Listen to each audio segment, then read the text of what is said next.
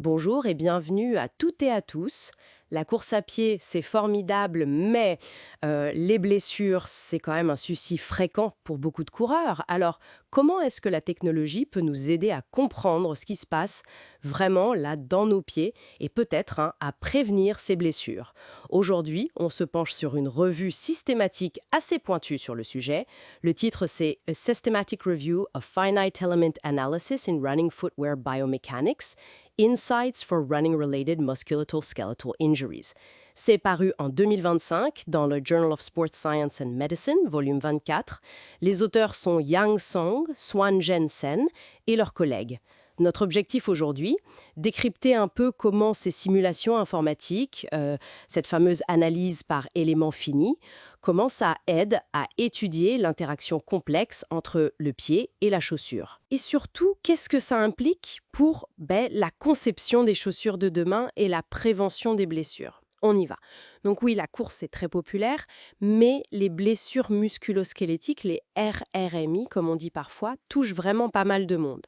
Et la chaussure, évidemment, elle est au centre de tout ça. C'est notre interface avec le sol. On entend beaucoup parler des nouvelles technologies, plaques carbone, mousse spéciale, mais est-ce que ça aide vraiment à prévenir les blessures? C'est la grande question. Oui, c'est exactement là qu'intervient l'analyse par éléments finis, la FEA, comme on dit en anglais. Il faut imaginer ça un peu comme un crash test virtuel, mais pour le pied dans la chaussure. C'est très détaillé.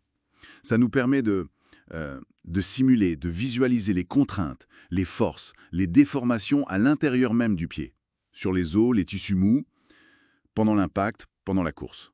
Et ça, c'est une vraie avancée parce que mesurer ces forces internes directement sur quelqu'un qui court, c'est extrêmement compliqué, voire impossible pour certaines choses. Ah oui, j'imagine. On ne peut pas mettre des capteurs partout dans le pied. Exactement. Et ces modèles FEA, ils ont beaucoup progressé.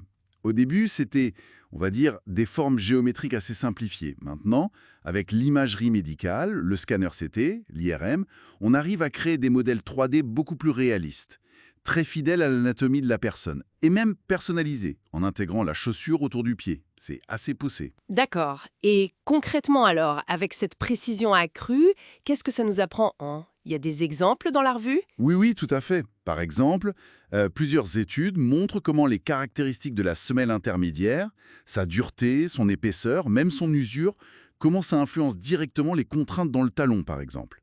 Ou encore la stabilité de la chaussure. On peut voir l'effet d'un matériau plus amortissant versus un autre. Mhm. Un autre exemple qui parle beaucoup aujourd'hui, ce sont les plaques en fibre de carbone, les fameuses CFP.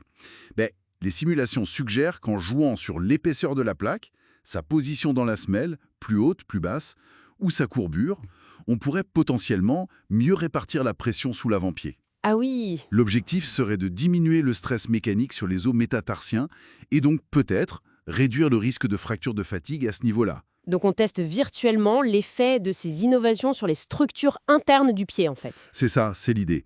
Et l'analyse va plus loin. Elle montre aussi que la technique de course elle-même a un impact. Si on modifie sa foulée, par exemple en réduisant la vitesse d'atterrissage ou l'angle d'attaque du pied au sol, eh bien, les simulations montrent que ça peut diminuer les contraintes internes calculées. C'est fascinant ce potentiel d'optimisation, que ce soit pour la chaussure ou la technique. Mais la revue pointe aussi des défis, des limites, non? Absolument. Et c'est important de le souligner. Il faut rester prudent. Déjà, créer ces modèles, c'est complexe. Ça demande du temps, de l'expertise. Souvent, ils sont basés sur l'anatomie d'une seule personne, un seul sujet. Du coup, généraliser les résultats à toute la population de coureurs, c'est délicat. Et puis, il y a des simplifications qui sont faites. Par exemple, l'action complexe des muscles intrinsèques du pied, c'est parfois négligé ou simplifié. Et le point crucial, c'est la validation. Il faut comparer les résultats de la simulation avec des mesures expérimentales réelles. C'est essentiel, mais ce n'est pas toujours parfait, il y a des écarts. D'accord. Donc si je comprends bien, c'est un outil super prometteur pour aider les concepteurs, pour comprendre les mécanismes, mais on n'en est pas encore au point de dire OK, cette simulation montre que cette chaussure prévient telle blessure à coup sûr. C'est exactement ça. C'est le défi majeur que soulignent Song et ses collègues dans leur revue. Arriver à faire le lien direct, solide, entre une valeur de contrainte mécanique calculée par la simulation et le risque réel, clinique, de développer une blessure type RMI, ça reste très compliqué. Il manque par exemple un consensus sur les seuils de contrainte exacts qui mènent à une fracture de fatigue pour un os donné. Et idéalement, il faudrait pouvoir évaluer les propriétés mécaniques des tissus de manière très locale et personnalisée pour chaque coureur, ce qui est très difficile. Et alors, vers quoi on s'oriente pour essayer de combler ce fossé? Quelles sont les pistes pour le futur? Alors, les recherches s'orientent vers des modèles encore plus fidèles, encore plus précis, en combinant différentes techniques d'imagerie médicale, CT, IRM, mais aussi les scans 3D de surface du pied. L'intelligence artificielle pourrait aussi jouer un rôle pour accélérer la création de modèles personnalisés à partir de ces données. Ce serait un gain de temps énorme. On cherche aussi à développer des simulations dynamiques qui capturent vraiment tout le déroulement de l'appui au sol, pas juste un instantané. Et bien sûr, améliorer encore et toujours les méthodes de validation expérimentale.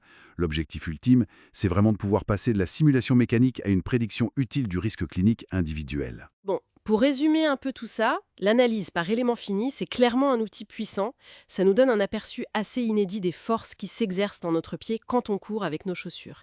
Ça guide déjà l'innovation dans l'industrie, ça aide à comprendre l'influence de notre façon de courir, c'est déjà pas mal. Oui, c'est un outil d'ingénierie et de recherche très précieux.